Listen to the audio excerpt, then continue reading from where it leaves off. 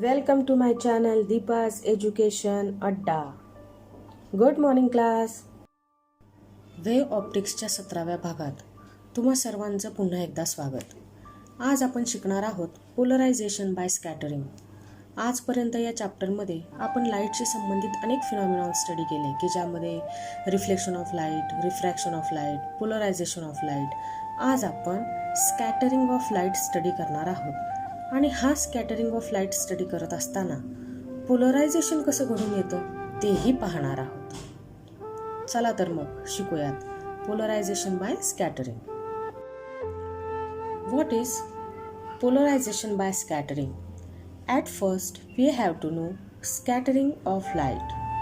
When white light incident on very small molecules of atmosphere is radiated in all directions, then the phenomenon is called scattering of light.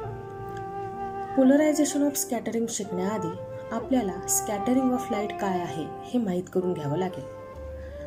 सूर्यापासून येणारा white light ज्यावेळेस पृथ्वीच्या ॲटमॉस्फिअरमध्ये प्रवेश करतो त्यावेळेस या लाईटची धडक या ॲटमॉस्फिअरच्या water vapour, dust particle, ashes बरोबर होते आणि हा संपूर्ण लाईट रेडिएट होतो वेगवेगळ्या डिरेक्शनला. आणि रेडिएट झालेल्या ह्या लाईटला पाहून आपण म्हणतो की हे लाईटचं काय आहे, स्कॅटरिंग आहे. कळलं का तुम्हाला स्कॅटरिंग कसं होतं ते? Examples of scattering. स्कॅटरिंगचं एक्झाम्पलच द्यायचं झालं तर द स्काय ॲपियर्स ब्ल्यू. आपल्याला दिसणारा आकाशाचा निळा रंग हा स्कॅटरिंगमुळेच दिसतो. Sun appears red at the time of sunrise and sunset. सूर्य उगवत असताना आणि संध्याकाळी सूर्य मावळतीच्या वेळेस सूर्याचं लाल रंगाचं दिसणं हे सुद्धा स्कॅटरिंगमुळंच शक्य आहे. The clouds are generally white. ढगांचा पांढरेपणा स्कॅटरिंगमुळेच. Danger signal are red in colour. हे सुद्धा कशामुळं तर स्कॅटरिंगमुळंच शक्य आहे. स्कॅटरिंग ऑफ लाईट या फिनॉमिनॉनचा संबंध रिफ्लेक्शन ऑफ लाईट बरोबर कसा आहे ते आपण पाहणार आहोत. बघा, रिफ्लेक्ट होऊन जाणारा लाईट हा आला त्याच माध्यमात पुन्हा जात असतो, पण फक्त स्वतःचा मार्ग मात्र बदलतो. या रिफ्लेक्शनचा संबंध स्कॅटरिंग बरोबर कसा आहे ते आता आपण पाहूया. When a parallel beam of light incident on the smooth, plain, polished surface like mirror, the angle of incidence is same for all the rays. And so, after reflection, we get a parallel beam of light as shown in figure below. पुढची diagram तर मी तुम्हाला दाखवतेच, पण त्याआधी एक गोष्ट लक्षात घ्या की ज्या वेळेस एक पॅरलल रे ऑफ लाईट किंवा पॅरलल बीम ऑफ लाईट असंही म्हणू शकता इन्सिडेंट होतोय, येऊन धडकतोय कशावर तर एका स्मूथ, प्लेन, पॉलिश्ड अशा सरफेसवरती, की आपण मानूयात की स्मूथ आहे, प्लेन आहे, पॉलिश्ड आहे म्हणून तो सरफेस काय आहे तर मिरर आहे किंवा मिरर लाईक सरफेस आहे.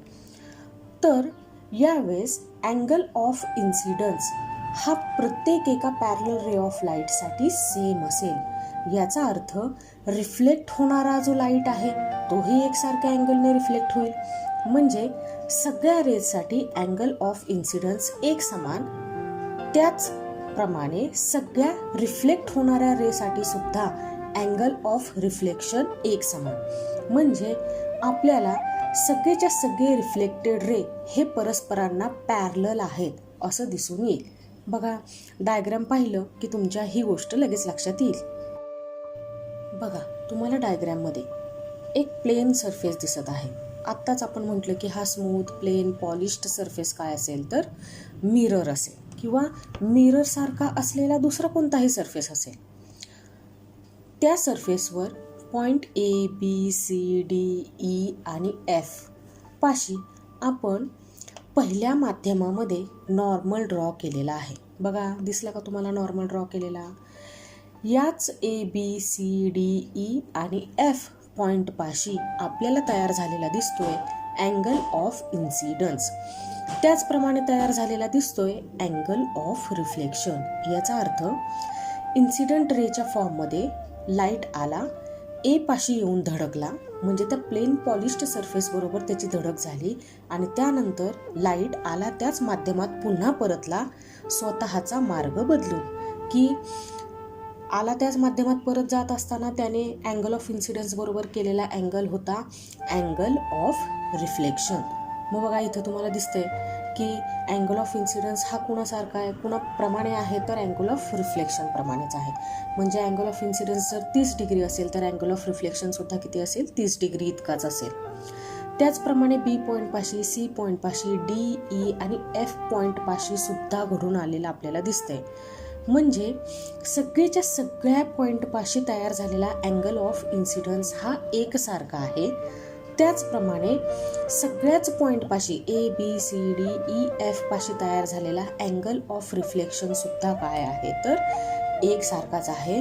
म्हणजे सगळेच्या सगळे रिफ्लेक्टेड रे हे काय आहेत, परस्परांना पॅरलल आहेत.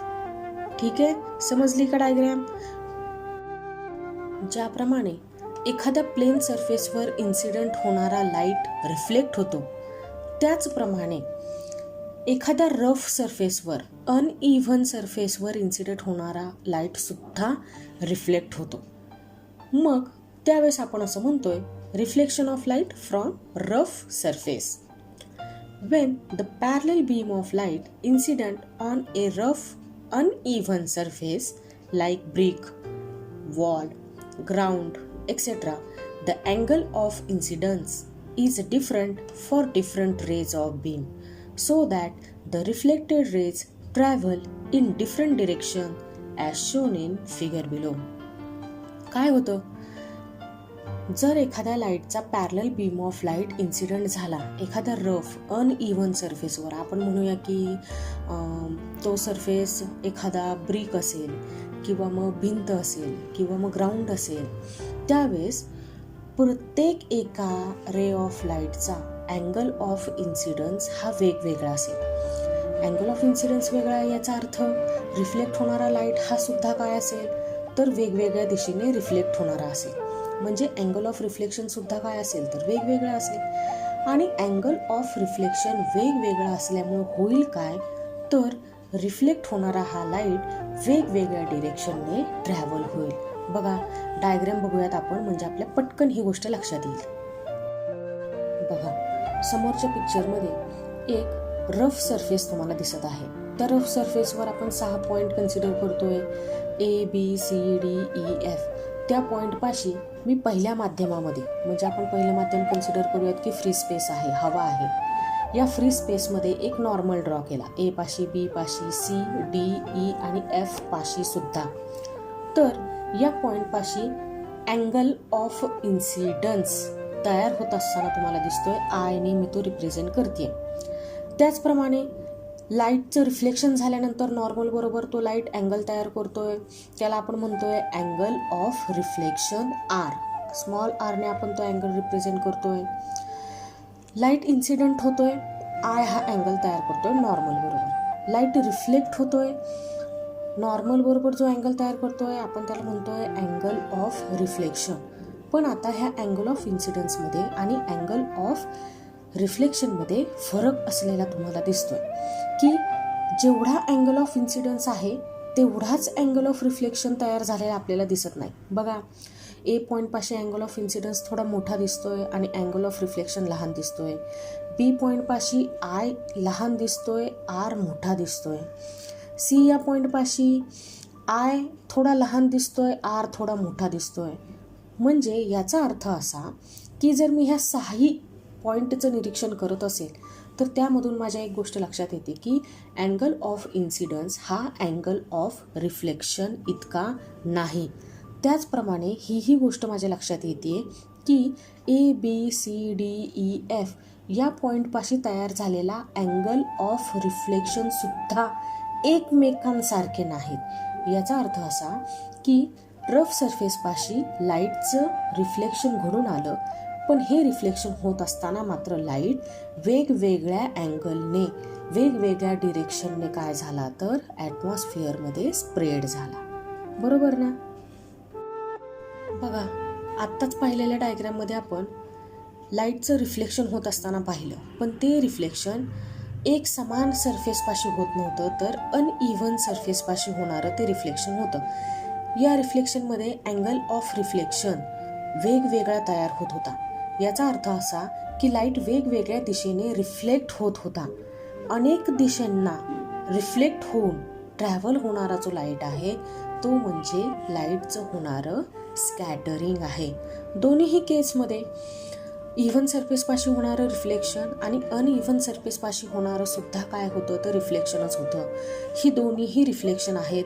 लॉज ऑफ रिफ्लेक्शन ही ओबे करतील, मात्र अनइव्हन सरफेसपाशी होणारं जे रिफ्लेक्शन होतं ते मात्र काय होतं, स्कॅटरिंग ऑफ लाईट होतं. समजलाय का तुम्हाला स्कॅटरिंग ऑफ लाईट हा phenomena? When white light from the sun travel through the earth atmosphere, it is scattered by the molecule of air, dust particles and water vapor present in the atmosphere. This scattered light reaches the surface of the earth. सूर्यापासून येणारा जो प्रकाश आहे तो अर्थ ॲटमॉस्फिअरमध्ये शिरत असताना एअरच्या मॉलिक्यूलकडून, dust पार्टिकलकडून, water व्हेपरकडून किंवा ॲटमॉस्फिअरमध्ये present असणाऱ्या काही ॲशेसकडून स्कॅटर्ड केला जातो आणि हा स्कॅटर्ड झालेला लाईट नंतर पृथ्वीच्या सरफेसपर्यंत पोहोचतो. हे स्कॅटरिंग होत असताना आपल्याला निळ्या रंगाची छटा ही सगळ्यात जास्त दिसते, कारण आकाश आपल्याला निळ्या रंगाचं दिसतं. याचं कारण म्हणजे the intensity of scattered blue color is 16 times that of red color. निळ्या रंगाचं जे स्कॅटरिंग आहे, ब्ल्यू कलरचं स्कॅटरिंग आहे, ते रेड कलरच्या स्कॅटरिंग पेक्षा 16 पटींनी जास्त असतं. म्हणजे निळ्या रंगाचं स्कॅटरिंग सगळ्यात जास्त होतं, म्हणून आकाश आपल्याला काय होतं तर निळ्या रंगाचं दिसून येतं. बघा, the intensity of scattered blue color is 16 times that of red color, hence blue color become major color and sky appears blue on a sunny days. जर उलट होत असतं, रेड कलरचं स्कॅटरिंग सगळ्यात जास्त असतं, तर आकाश आपल्याला रेड कलरचं दिसलं असतं, पण तसं होत नाहीये. निळ्या रंगाचं स्कॅटरिंग हे रेड कलरच्या स्कॅटरिंगपेक्षा 16 पटींनी जास्त आहे, 16 टाइम्स ते जास्त आहे, म्हणून आपल्याला काय दिसतं, आकाश निळ्या रंगाचं दिसतं. आणि आकाशाचा निळा रंग हा काय आहे तर स्कॅटरिंग ऑफ लाईट आहे. लाईटच्या स्कॅटरिंगमुळेच आपल्याला आकाश निळ्या रंगाचं दिसतं. पृथ्वी सभोवतीचं वातावरण किंवा ज्याला अर्थ ॲटमॉस्फिअर असं देखील म्हटलं जातं. Gaseous envelope surrounding earth is called अर्थ ॲटमॉस्फिअर. पृथ्वीचं हे वातावरण air molecule, dust particle, water vapour, Ashes सारख्या पदार्थांनी तयार झालेला आहे, हे तर आपल्याला माहितीच आहे. सूर्याकडून येणारा प्रकाश, सूर्याकडून येणारी लाईट एनर्जी पृथ्वीच्या वातावरणामध्ये प्रेझेंट असलेल्या ह्या ऑब्जेक्टकडून रिफ्लेक्ट केली जाते. म्हणजे सूर्यप्रकाश येतो, पृथ्वीच्या वातावरणामध्ये प्रेझेंट असलेल्या या ऑब्जेक्टवरती येऊन इन्सिडंट होतो, वेगवेगळ्या डिरेक्शनने रिफ्लेक्शन होतं त्याचं. हे वेगवेगळ्या डिरेक्शनने होणारं रिफ्लेक्शनच आपल्याला माहिती आहे की याला म्हणायचं असतं स्कॅटरिंग ऑफ लाईट. पुन्हा आपल्याला हेही माहीत झालं की निळ्या रंगाचं स्कॅटरिंग, ब्ल्यू कलरचं स्कॅटरिंग हे सगळ्यात जास्त आहे, म्हणून आपल्याला आकाश निळ्या रंगाचं दिसतं. की निळ्या रंगाचं होणारं स्कॅटरिंग हे रेड कलरच्या होणाऱ्या स्कॅटरिंगपेक्षा 16 पट जास्त आहे, म्हणून आकाश आपल्याला लाल रंगाचं दिसत नाही, तर ते आपल्याला निळ्या रंगाचं दिसतं. पण आता आपण अशी केस डिस्कस करतोय की ज्यामध्ये आपण असं इमॅजिनेशन करतोय, जर ह्या अर्थला ॲटमॉस्फिअरच नसेल, अशा सिच्युएशनमध्ये सूर्याकडून येणारा लाईट हा स्कॅटर्ड होणार नाही, सगळीकडं पसरणार नाही. मग सगळीकडे पसरत नाही, त्यामुळे निळ्या रंगाचं सगळ्यात जास्त होणारं स्कॅटरिंगसुद्धा नाही आणि आकाशाचं आपल्याला निळ्या रंगाचं दिसणं देखील नाही. मग अशा सिच्युएशनमध्ये आकाश आपल्याला कोणत्या रंगाचं दिसेल, तर ते आपल्याला काळं दिसेल, ब्लॅक दिसेल, किंवा आपल्याला ते डार्क आहे असं ॲपियर होईल. कळतं ना तुम्हाला? म्हणजे आकाशाचा हा निळा रंग स्कॅटरिंगमुळे आहे, आणि स्कॅटरिंग अर्थ ॲटमॉस्फिअरमध्ये प्रेझेंट असलेल्या विविध पदार्थांमुळे शक्य आहे. मग जर हे पदार्थच नसतील, अर्थ ॲटमॉस्फिअर नसेल, तर स्कॅटरिंग नसेल, आणि स्कॅटरिंग नसेल तर आकाशाचं निळं दिसणं देखील शक्य होणार नाही. आकाश आपल्याला काळ्या रंगाचं दिसेल. ठीक आहे. When sunlight is scattered, it gets partially polarized in a way similar to the reflected light. ज्यावेळेस आपण असं म्हणतोय की हा सनलाईट स्कॅटर्ड केला जातो अर्थ ॲटमॉस्फिअरकडून, त्यावेळेस हा पार्शियली पोलराइज्ड देखील केला जात असतो. जसं की लाईटचं रिफ्लेक्शन होतं, तसंच स्कॅटरिंग होत असताना लाईटचं पार्शियली पोलरायझेशन सुद्धा होत असतं. The degree of polarization depends on the angle of scattering. Degree of polarization depend असतो कशावर? अँगल ऑफ स्कॅटरिंगवर. अँगल ऑफ स्कॅटरिंग म्हणजे हा कोणामध्ये तयार होणारा अँगल आहे? तर अँगल ऑफ स्कॅटरिंग हा angle the direction of the light incident on the molecule or dust particle and direction of scattered light यांच्यामध्ये तयार होणारा अँगल आहे, की ज्याला तुम्ही अँगल ऑफ स्कॅटरिंग असं म्हणत आहात. हा अँगल ऑफ स्कॅटरिंग ज्या वेळेस 90 डिग्री असेल, त्यावेळेस स्कॅटर्ड लाईट हा प्लेन पोलराइज्ड लाईट असेल. म्हणजे याचा अर्थ असा की ॲटमॉस्फिअरमध्ये स्कॅटर्ड होऊन आपल्यापर्यंत पोहोचणारा लाईट हा वेगवेगळ्या डायरेक्शनपासून आपल्यापर्यंत येणारा आणि वेगवेगळ्या डिग्रीने पोलराइज्ड होणारा असा लाईट असतो. म्हणजे लाईटच्या स्कॅटरिंग बरोबरच लाईटचं काय होत असतं, तर पोलरायझेशन सुद्धा होत असतं, आणि वेगवेगळ्या डिग्रीने पोलराइज्ड होणारा लाईट वेगवेगळ्या दिशेंनी आपल्यापर्यंत पोहोचत असतो.